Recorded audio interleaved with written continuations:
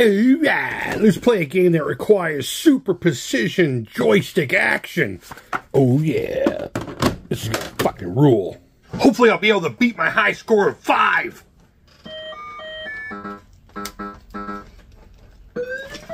Stupid controller! I think it's fucking broken. Let's fix it. Hey, what's up, Creepers and Geekers? Chris the Atari Creep. How is everyone doing today? I'm pretty excited to get this video finally done and get things back on track to the way things used to be around here. In fact, I bought these here, which we'll talk about in a moment. Probably 4 or 5. It's definitely pre-Amico, I'm sure. To give you an idea of time frame. And I just never got around to doing this. So, what are we doing? We're going to be replacing what they call dome switches inside of your standard CX40 Atari 2600 VCS joystick. Now, there is a model that came out before this one that went out with the heavy sixers. I believe it's called the CX10 side. If you open yours up, there's a lot more going on than what you're going to see here. Then stop what you're doing and refer to a different video as far as replacing anything on those. But the beauty of this joystick here, in particular, pre-NES gaming love, is it was designed with the idea that the consumer would repair it if they had the skill set. And there's not much going on inside here, you'll see. And please, I know a lot of you have been around for a while. I'm kind of going to geek-splain a lot of this because, you know, there's going to be cats out there that are learning. You're going to find out there's really not much going on in here. In an ideal world, a micro-switch conversion would be perfect, but for now, I want to get this back to as close to factory feel as I can. And doing that, you're going to need, to start with, you're going to need dome switches. Now, these aren't going to be exactly the same shape as the ones inside, but they're absolutely just fine. These were designed for this specific purpose in mind. Now, they do come in rolls. I believe I just bought these 5 because I only needed this one joystick done at the time. But you can buy them in rolls. They're fairly cheap. I want to say they were like 25 cents each when I got them. So this is where I got it. So go ahead and pause. I'll get it a little closer so you can read it better. No affiliation with them at all. It's just where I bought the damn things. Other things you're going to need is a screwdriver, obviously. There's some Phillips screws underneath. This is for cleaning the board, helping clean the board, and you'll see exactly why this is going to be important here in the future. Mr. Clean pad, I would prefer to have the thicker one, but that's what we have in the house. Some packing tape, because if you fuck this up, get the fuck out of my house. Period. Done. So, and there's one other thing that you're going to need to restore the controller. That's not listed here, and we'll save that for when we get to it as a surprise. So, if you look at the bottom of the joystick housing, there's 4 Phillips head screws here holding the thing together. Make sure if you have a ratcheting screwdriver, it's facing the proper way. That was just me poking fun on myself. Having something to contain the screws in is always a good call. Now, when you get to this last one here, you're going to want to cradle your fingers around the joystick and holding it like this. Do not, you're going to want to put it like this and pull the top off. Don't. There's going to be a spring underneath the orange button. Some people call it red. That's orange to me. Oh, hold it upside down and carefully pull it away from the top. There you go. My screw just came out. Look right there. That little spring right there has a habit of going what we call code 200. It likes to escape. Put that in a very safe place along with your screws. Yep, that'll do it. And set it aside somewhere where you won't knock it over. As we're going to take note as to the color coding here. Sometimes you'll find that they're actually noted on these. There's a number of different variations of this board, but for the most part, they should all look the same. So what I am going to do is I'm going to hit a button to take a picture. Bam, there we go. That way I have some reference as to what wires go where when we put this back. So now it's just a matter of very carefully sliding these out. If you need a pair of needle noses to do this, because I got fat fingers and I probably should have a pair of needle nose, I would suggest doing that. Okay. Now, to remove the loom here, if you're going to clean the entire housing, and most of these will need it.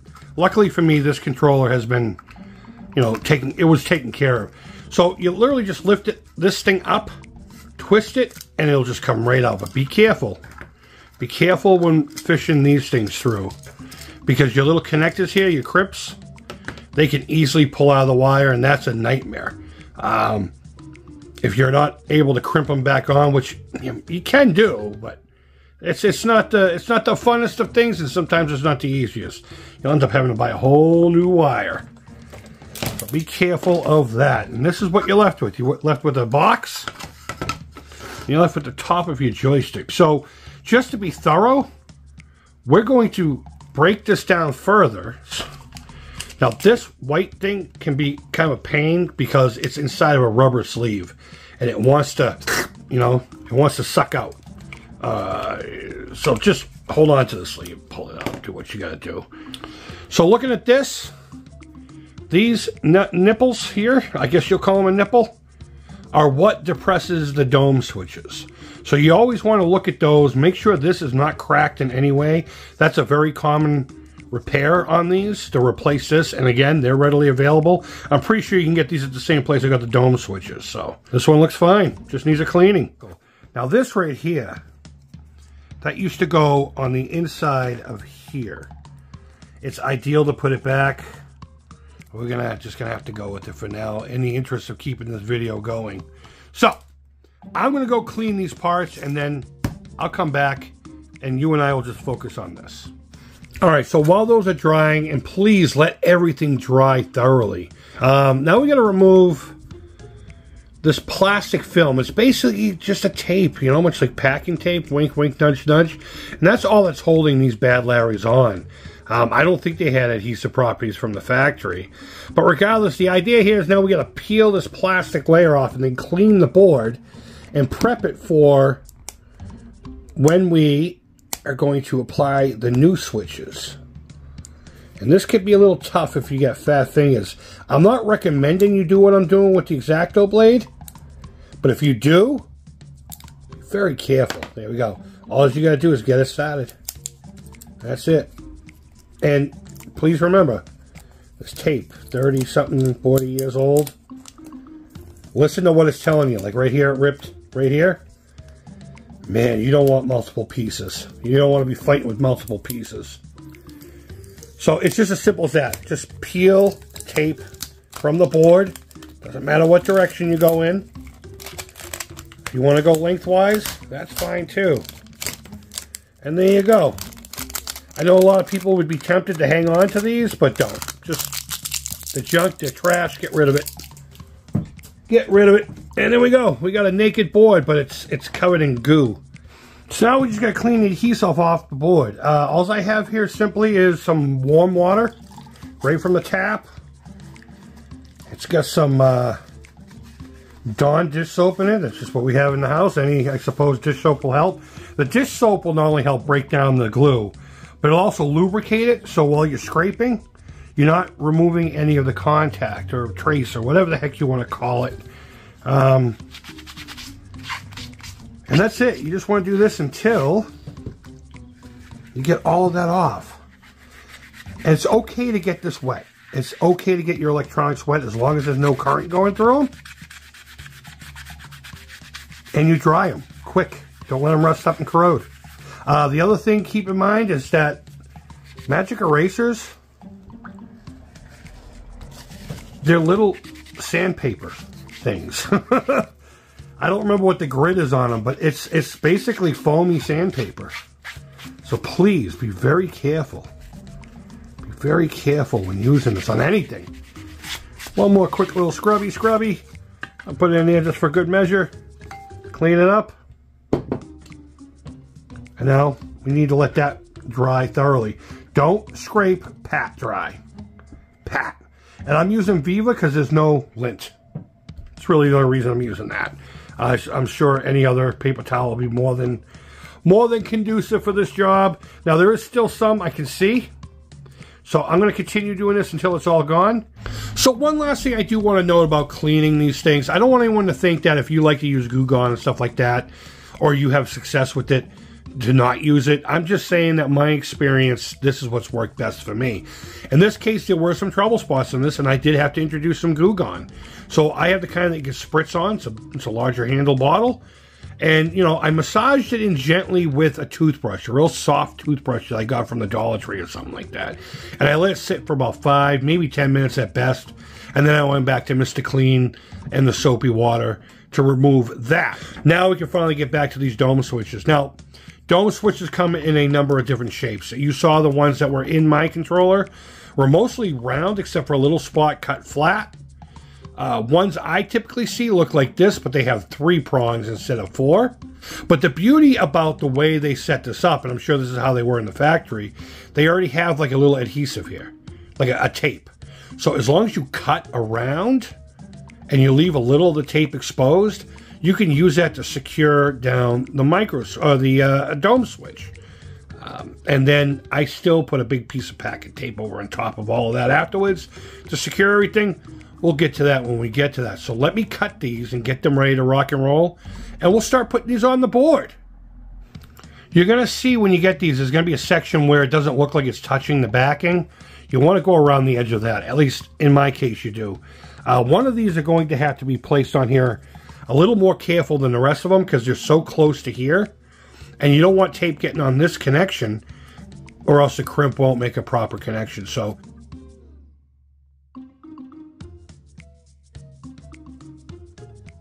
them all off before you throw away your scraps. Make sure you still have 5.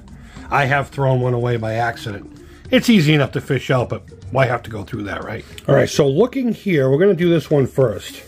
And how I like to orientate these is you notice that there are these little prongs. I like to have, let's see if I can do this on the camera, this divot, or in some cases the flat spot, facing this. So in a, I guess it's a creep fashion, think of it like this is your partner, and you're putting your fun stick there in between, like where these legs are, wink wink nudge nudge. That's the best way to do it. And you basically want to cover this whole area. You do not want this and this to make contact until this presses down. So try to keep all of your legs on this C, so to speak. That's it. Do that 5 fucking times. So my apologies. I did this first one without hitting record by mistake. But take note of the orientation. All 4 legs are on this larger section here. We'll call it the Pac-Man section, right? Because it looks like Pac-Man. And then you have this little piece here that could be the dot that he's eating, even though it's really long. Which other ones you have, the flat or the dented side should face... I'll just call it the penis. It faces this thing right here. And you want to make sure all 4 legs are touching the large Pac-Man thing. And none of them are touching this spot here in the middle. Notice how I didn't even half the tools I'm using, I didn't even mention. Because again, I'm not a quality channel. I don't know why you guys subscribe. I'm not very good at what I do here. Hold it. It ain't gonna go anywhere. Be careful when you're pressing down on it, okay? Give it a little clicky clicky. We're going to reinforce this. Don't you worry about that. We'll worry about the cleanup afterwards.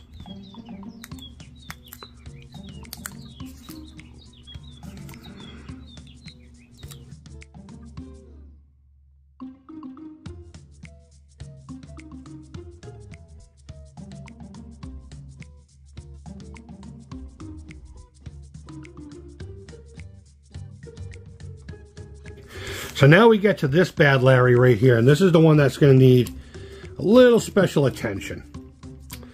And the thing just came off of the... Damn it. Damn it.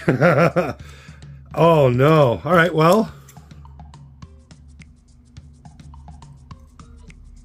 I'll just do what I normally do if it were on the backing. Now it's going to have a whole bunch of fingerprints. Again, we're going to reinforce this. I would not normally let this one go, but I don't have any more. Where the hell? All right, for this last one, we do need to keep in mind that there is a connection that has to happen here, so we can't tape over that. So I just cut the plastic. The plastic should have been cut before, before removing the backing. So now we're going to cover it with a piece of packing tape. Now you're going to want to be tempted to cover the entire thing. Don't. And if you could be a little straighter than I was here, that'd probably be best. Try not to get over in here, obviously, because my guess is, and if you know, let me know, that at the factory, these were on a piece of adhesive and they were just dropped on, which means this piece would have been cut out. I'm not going to go that far as to do that. We're just going to have to put another piece of tape across. If we think that's overkill, that's on you. You can leave it just like this. You don't even have to put this tape on if you don't want to. Technically, the rest of the joystick should hold it on, especially that white plastic doohickey. So what I'm going to do is I'm just going to take a little piece and put it here. And then we're going to put the joystick back together and see if it works.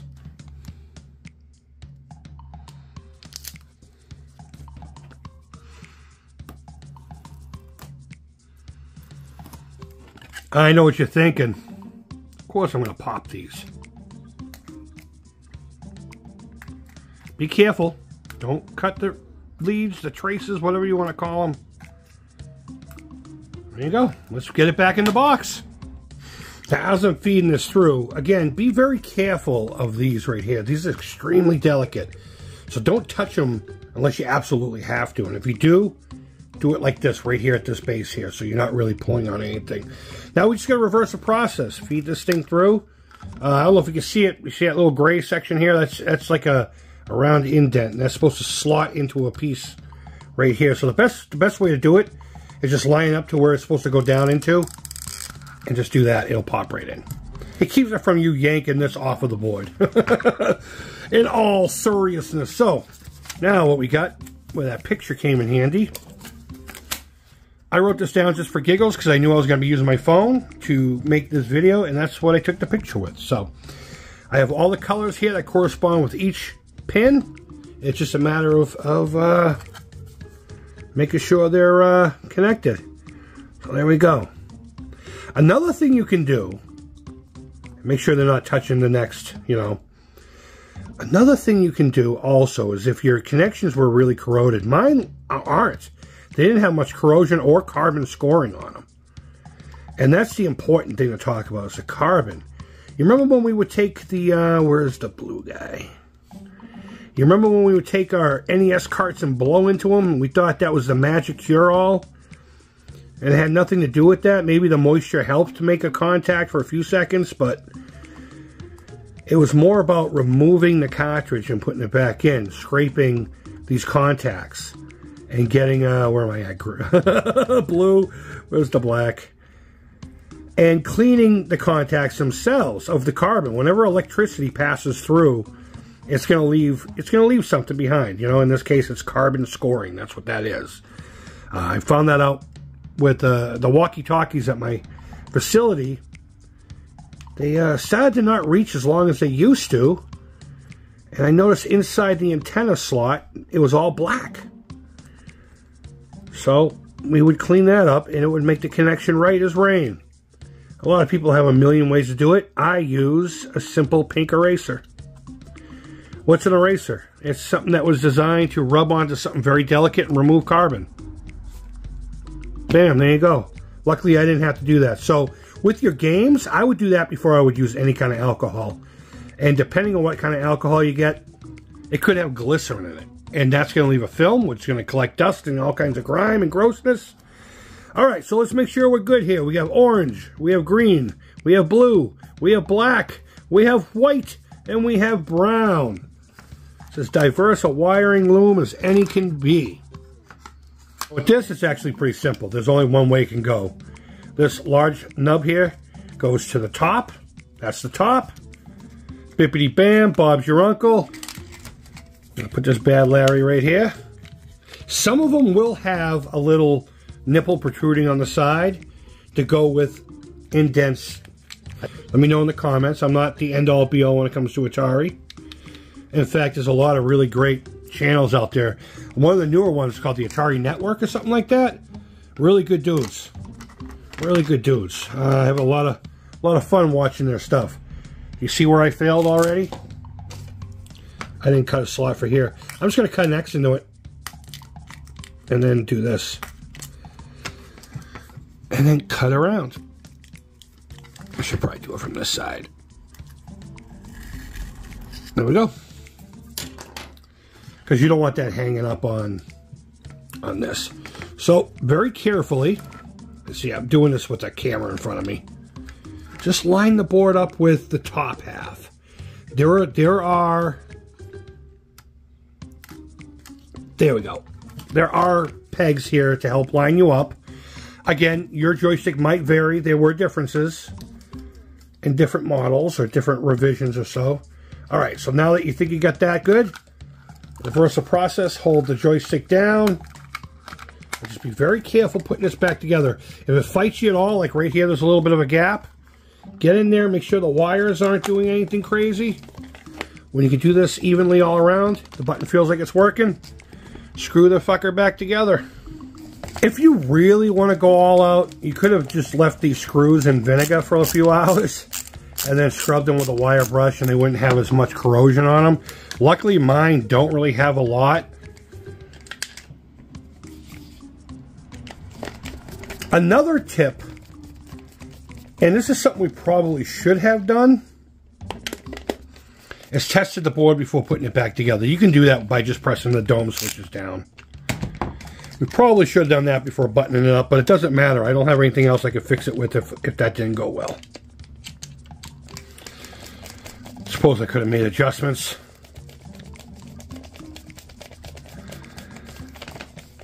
Come on. Come on. There we go. Now crisscross applesauce. Don't go too tight. Wait till you feel the resistance. And just let your fingers, you know what I mean? It's a feel. Oh, that already feels better. Oh yeah, that's an instant change. But you know what? We're not done. We're not done. Remember that special surprise I was telling you about? Blammo! An acrylic paint pen. That's it. Nothing crazy. This isn't going to probably match the best.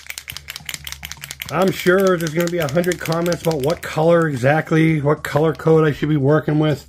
I don't have anything here to dab with. Here we go. There we go. Just make sure there's enough paint on that tip to just kiss the top of it. You know, you don't have to go nuts. Don't go nuts. Notice I haven't even taped anything off. Fuck you. That's the beauty of acrylic. And if it still doesn't look good afterwards, you can wash it. You can wash it away and try again the next day. So while I'm doing this, might be a good time to talk about the walk to end Alzheimer's. I do that. I do it every year. There's a link down below. Please donate. I got a whole bunch of prizes coming up. All money goes directly to them. Has nothing to do with me. I don't hold on to it. I don't send it anywhere. Once you donate, they have it. And they do whatever they do with it. Which is some pretty remarkable stuff. More importantly, one of the things on top of looking for a cure, is I am more about the whole family getting aid when caring for their loved ones, because it is an astronomical amount of money. There we go. It's a lot better than nothing. Oh, the top looks better than it did, than I thought it did. All right, let's try it out, make sure it works. But before we do that, go down below, click on that button. And if you can't donate, that's fine. That's fine. I totally get it. I'm strapped for cash lately, too. Share the link. I bet you someone you know will. And that'll help me out just as much. All right, let's fire this bad boy up after the paint dries, of course. All right, we got our joystick. The paint's dry. It only takes a few minutes for the acrylic pen to dry. Now, is it going to wipe off? Yeah, it's probably going to wipe off eventually. This is a weird angle. Oh, yeah. No, absolutely. Absolutely. Now I'm playing with power. Let's go get these fuckers the fuck out. Oh, where do you think you're going, biatch? I got control. I know what I'm doing. Guys, I hope this helped. I really do. I hope this helped. And if you're new to the channel, sorry that I swear while doing useful things like this. If that bothers you, maybe you should toughen up a little. No, I'm just kidding. Seriously though, I hope this helped you out if you needed it. Honestly, a micro switch conversion would be ideal. And there's a whole bunch of cats that, oh shit, that was me, that made videos on that. So if you want to give that a shot, I believe Willie of Arcade USA has a really great one. It's an old ass video. Oh shit, I just trapped myself. Let's clear this board. If you've never played with a micro switched Atari 2600 joystick, you have no idea what you're missing out on. If the Atari 2600 joystick bothers you at all, that's going to cure all your ills. Guys, wherever in the world you are, I hope you're doing well. And until next time, take care, creep it real, and bye-bye. Hope you got something out of this. Now, if you excuse me, I got some ghosts to be eating. Oh! Oh, I still got them!